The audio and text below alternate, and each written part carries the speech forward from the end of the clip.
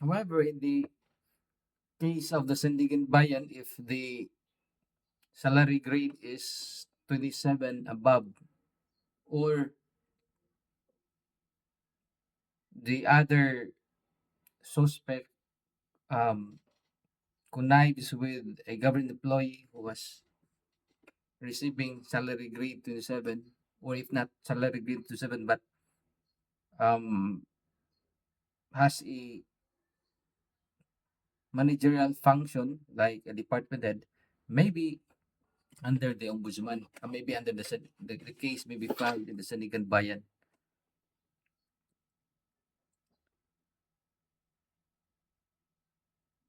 For ordinary criminal cases, it may be filed in the regional trial court. But again, there's a rule on the um in court, whichever court has jurisdiction, acquired jurisdiction first, excludes any other courts. Now,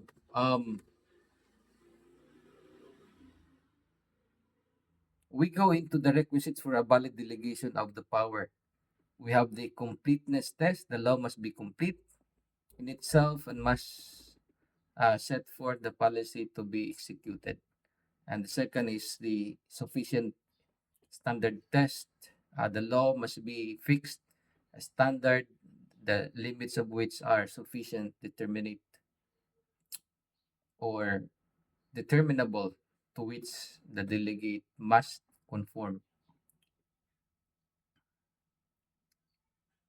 So the requirement for the validity of the law is the notice and hearing.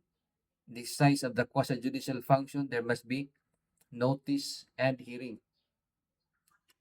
So, what is that notice and hearing? The size of its quasi judicial function, as a general rule, a notice and hearing as the fundamental requirements of procedural due process. How about in the exercise of a quasi legislative function?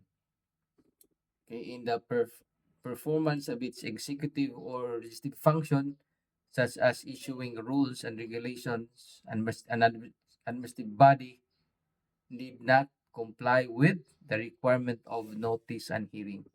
So you have to make a distinction when is notice and hearing required. Can the power to hear and decide a case be delegated? Can it be delegated to somebody who is not the person in the law to hear and decide? Can that person delegate it to somebody? The rule is that it requires an administrative officer to exercise its own judgment, and discretion does not preclude him from utilizing, as a matter of practical administrative procedure, the aid of subordinates to investigate and report to him the facts on the basis of which the officer will make his decision. So let's say you are the administrative head, okay? You are the officer in the stated in the law who will investigate. Can you delegate it? The answer is you can, okay, for convenient, for your own convenience. So normally it's the head of the agency. The head of the agency is the person who can actually investigate. But the head of the agency may delegate it to somebody, create a committee, a fact-finding committee to investigate, okay, and for him to some make judgment based on the fact the findings of the fact-finding committee. Is the issuance of interpretive ruling. What is the rule? When the administrative rule is merely interpretive in nature, it is applicability its applicability needs nothing further than its bare issuance of its gives no real consequence more than what the law itself as already prescribed. So in other words, if it is clear, there's no need of interpreting it. Okay, so what is generally understood by all, then that's the ordinary meaning.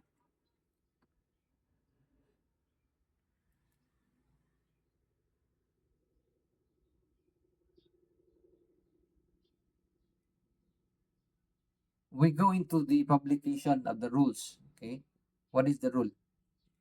Publication is mandatory for the following to be effective. What are those? One, laws that only for general application, but not only for general application, but also of laws of local application and private laws. Presidential decree must be published. Administrative rules and regulations enforcing and implementing existing law pursuant also to a valid delegation. City charters, circulars issued by the monetary board.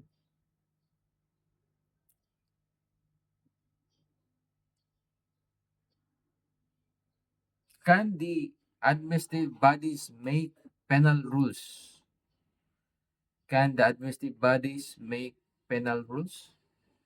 The answer is no. Administrative body cannot delegate to an executive official the power to declare what acts should constitute an offense. Penal statutes are exclusive to the legislature and cannot be delegated. The administrative rules, not regulations, must not include prohibitive or prohibit punish acts which the law does not even define is as a criminal act. So those are basic understanding of the administrative rules. Well, basically, this is an executive branch. Making an act punishable is an act of legislature. Adjudicatory power. It is the power of the administrative agency to hear and determine and ascertain the facts and decide by the application of the rules to be ascertained. By this power, administrative authorities are enabled to, to interpret and apply not only implementing rules and regulations promulgated by them, but also of the laws entrusted to their administration.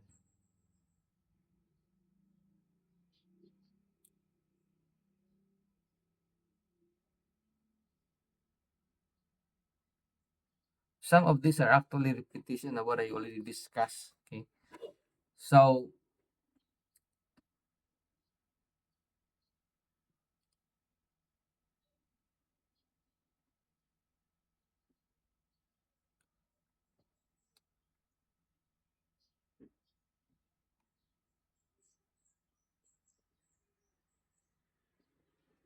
now we go into this quantum of proof. Okay, in the exercise of in administrative cases. Okay, I mentioned a substantial evidence, and it is defined as the amount of relevant evidence which a reasonable mind might accept as adequate to justify a conclusion. So in administrative cases, it does not actually follow a strict rules of the rules of court. As long as there is notice and hearing and evidence can be proven by substantially, then conviction may be valid.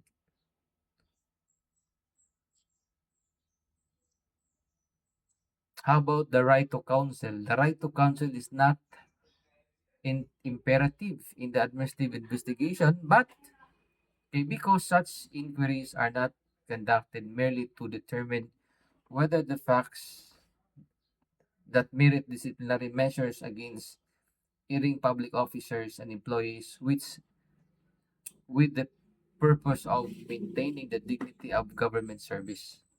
So, is it really necessary? So, right to counsel is not imperative in administrative investigation. It's not important. Okay, but they can actually to exercise to prevent violation of their rights.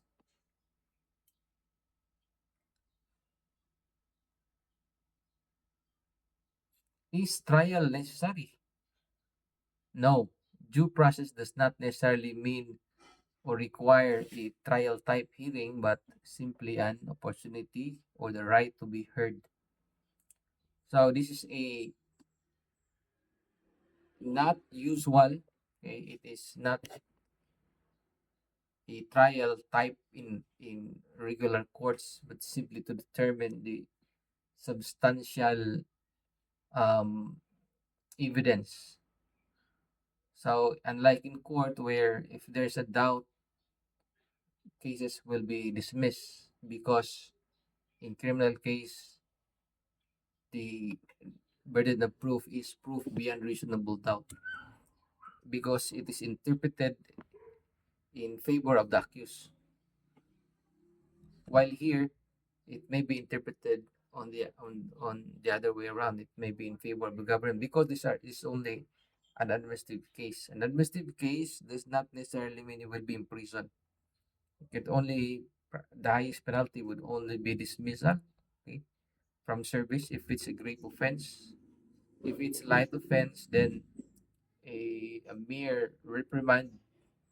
If it is a first time offender, second time offender, maybe higher penalty like suspension for 1 month, but not dismissal. There was a case where a person committed an offense on the first time, okay, and the fact finding committee dismissed. The Supreme Court ruled that that dismissal is too harsh as a punishment. For a first time offender, the penalty would probably be a reprimand. And a reprimand means telling him not to do it again. A repetition of the same act shall be dealt with severely, or shall be punished with higher offense, higher penalty.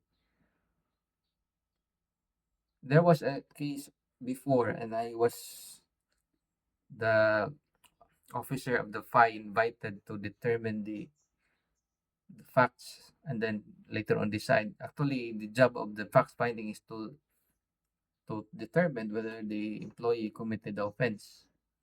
But my colleagues promulgate judgment. I said no, it's not. And their penalty is dismissal. I said no, because even in court will not punish the first time offender for dismissal. Most of the penalty when most of it when the crime committed was only for simple violation which are negligible. It's not really that a greater loss to the government was done. Okay. But by the way, if the although it's a first time offender, but the damage that it caused is so tremendous such that repetition of the same would unimaginable. May a dismissal as a first time offender may be allowed. But if damage is not so it's not so big, then the penalty of a dismissal is too harsh.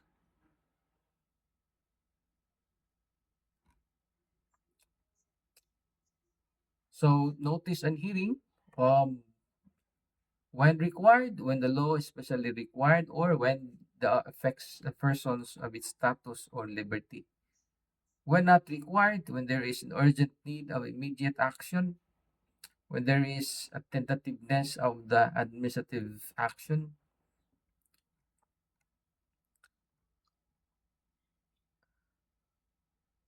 a discrimination exercised by an officer vested with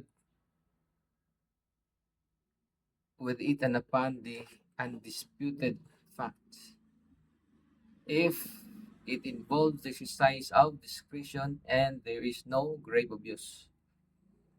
When it involves rules to govern the future conduct of a person's or enterprises, unless the law provides otherwise.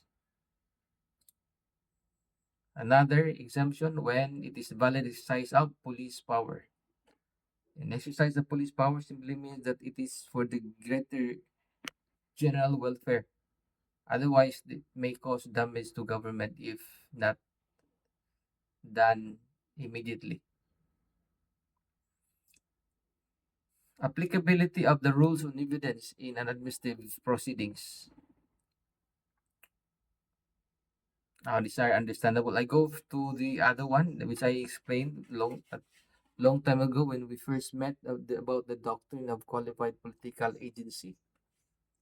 Okay, what is the doctrine of political qualified political agency? Okay, or the alter ego doctrine. The president, the secretaries are the alter ego of the president, such that their acts are also the acts of the president, unless the president himself revoked their acts. But prior to revocation, all their acts are presumed to be acts of the president, which leads to the question on whether the president has the power not to allow any of its cabinet member to attend a Senate inquiry in aid of legislation or a question hour. Okay, and right now in our government there are several invitations from Senate to conduct investigation, and yet many of the secretary did not attend. Okay, so what are the rights, or are they allowed to do that? Are they allowed? That leads to the question on the what kind of inquiry as provided in Article 6, Section 21 and 22. Okay, so can you read Section 21 and 22? Anybody?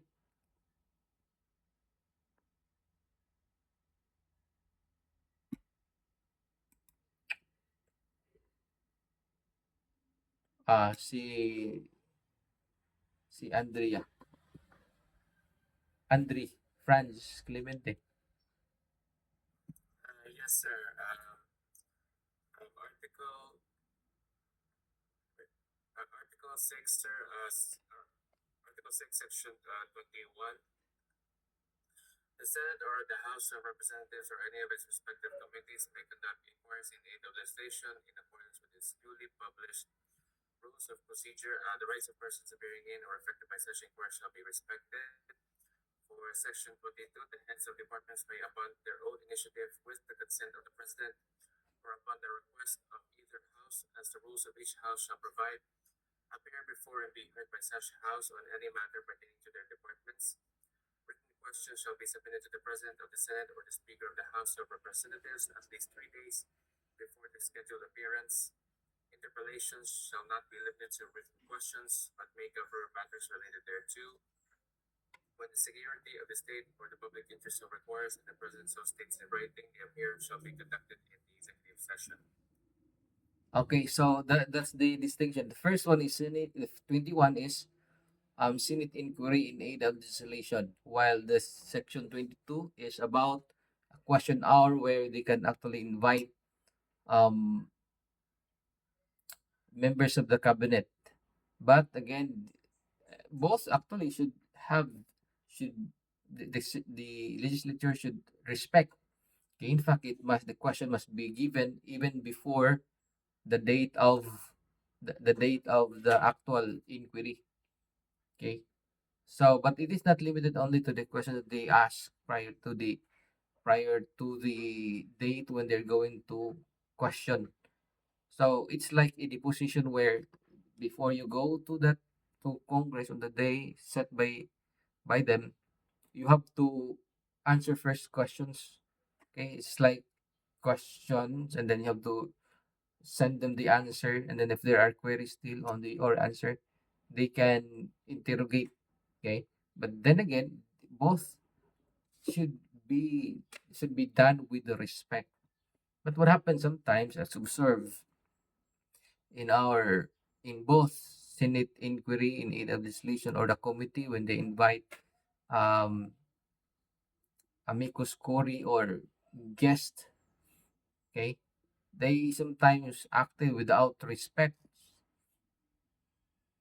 Okay, imagine they are there voted by the people, and sometimes those who are the guests they have are the second highest to the president, but they acted without such respect. I think they also deserve that respect because the people voted for them. Majority of the people voted for them. Now, so they may, but on the question that would lead to the conviction of the president as the head of the executive branch, the head of the different departments may not divulge. And another thing that they may not involve questions that are for security of the country, okay, national security questions that would divulge national security, then that cannot be answered. Otherwise, the president may be held liable, and we know that president cannot be sued, okay, during incumbency. Okay, the state cannot be sued, and as a president during its tenure as the head of the state cannot also be sued. What's the rationale behind non-suability of the state? Otherwise, if the state can be sued, it cannot perform its duty because he will be busy now defending himself. So that's the rationale why the state cannot be sued and even the president cannot also be sued. Otherwise, he will be very busy defending himself. So that's the difference between Section 21 and Section 22. One is in aid of legislation where they can actually compel. Okay, I- in aid of legislation, but then again, there are questions that they may not answer. One of which is that if that query would lead to the conviction of the president. Okay, so being an alter ego, they are like the president themselves. That is called the doctrine of political agency, or simply the alter ego. The word itself, doctrine, qualified political agency. Who is the head of the different secretary? It's the president. Okay, so a decision of the department head generally need not be appealed to the office of the president. Basically, they are one, since the department head is the alter ego of the president and the former acts.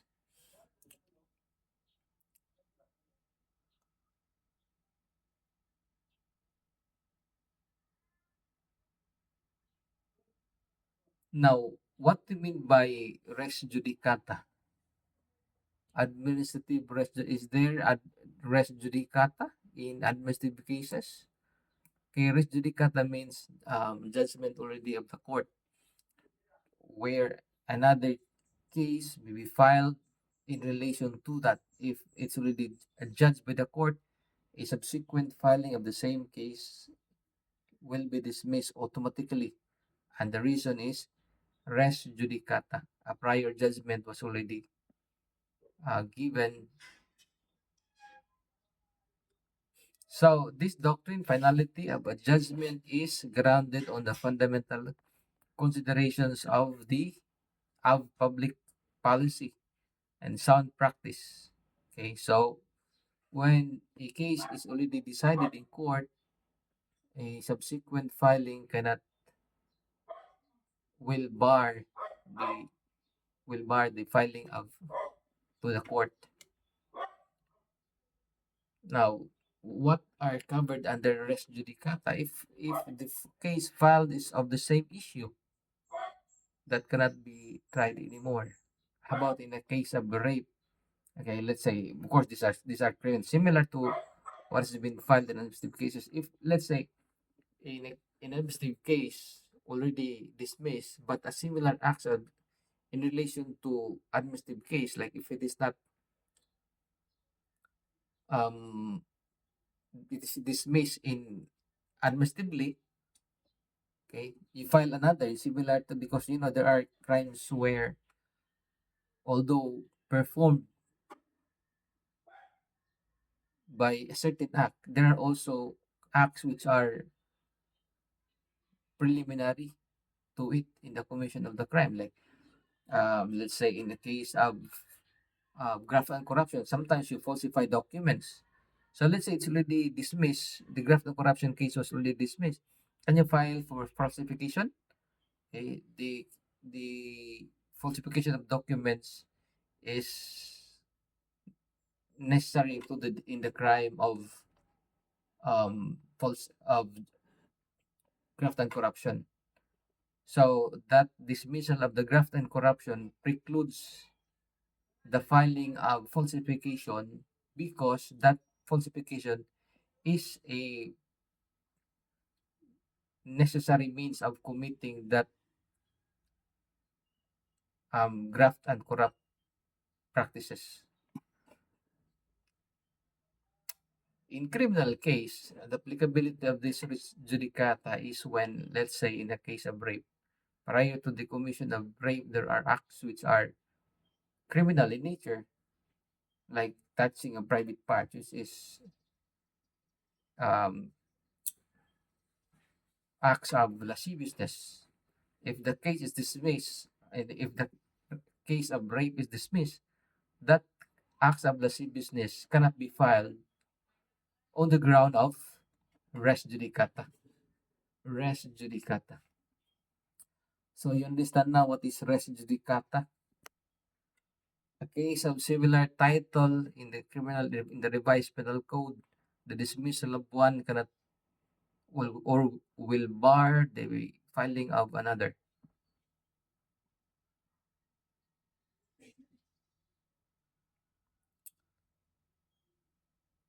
So, by the way, what's the other term of double jeopardy?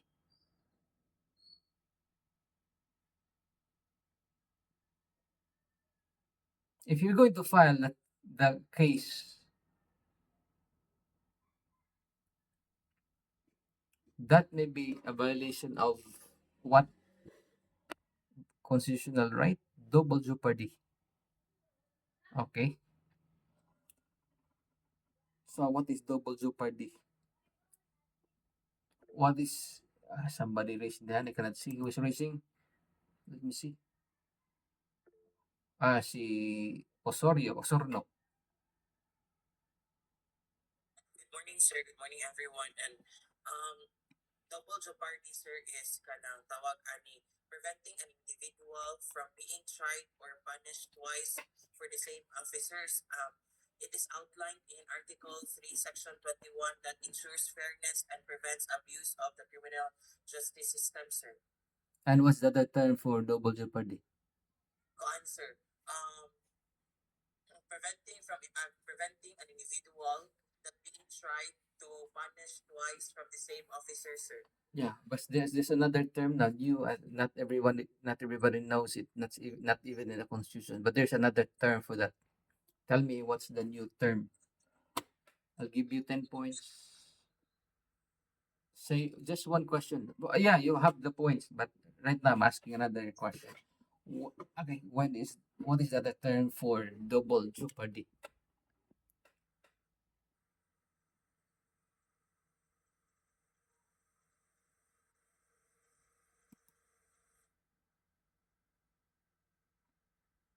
Do you have it? I wait. Is somebody raising? Yes, it's Syria. Syria? Syria. Syra, sir. Oh, Syra, sir. Go answer. Formerly convicted, sir. yeah. I mean, double jeopardy was the other term. Uh, answer British. Answer at fois acquit. No, no, no. There's another one. Okay, thank you for that. Andre, France. res judicata, sir. No, no, the other double jeopardy. What's the other term?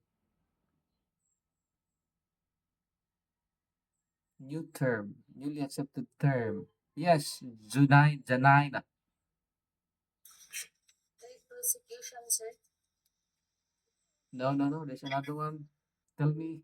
Race yan ninyo. Osorno. Sir. Twice in Jeopardy. Still double jeopardy. What's another term? There's a new one. New term.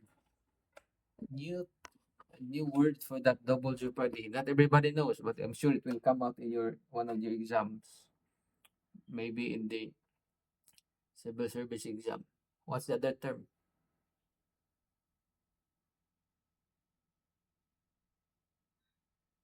Can you type the word prison gray and search it in Google? Prison gray. What's the meaning? Or in AI? Search it in AI. Yes, Ninyo. Concert. Prison gray is typically represents neutrality, conformity, and the general population of inmates. Yeah, but the other term. How what's the other term now? In relation to that search in AI. That word and the word double jeopardy. What do you get there?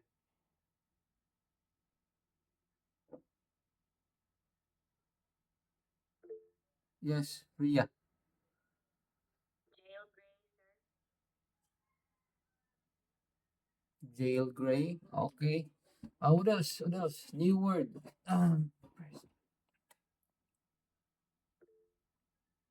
Freya. Who's another? Who's raising their hand? Not recidivism. That's for criminal offenders who keeps on repeating the same word. That's um non bis in diem. No, no, no. Let's see what's your answer here. Who else? Prison gray. It's in relation to prison gray. Still, that's the term for double jeopardy. Do you have it there? Can you search again?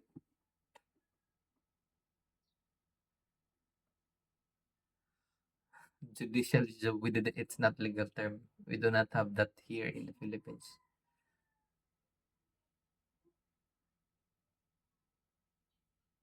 Oh, you said I'll give you few minutes to search it there. Search in the Google.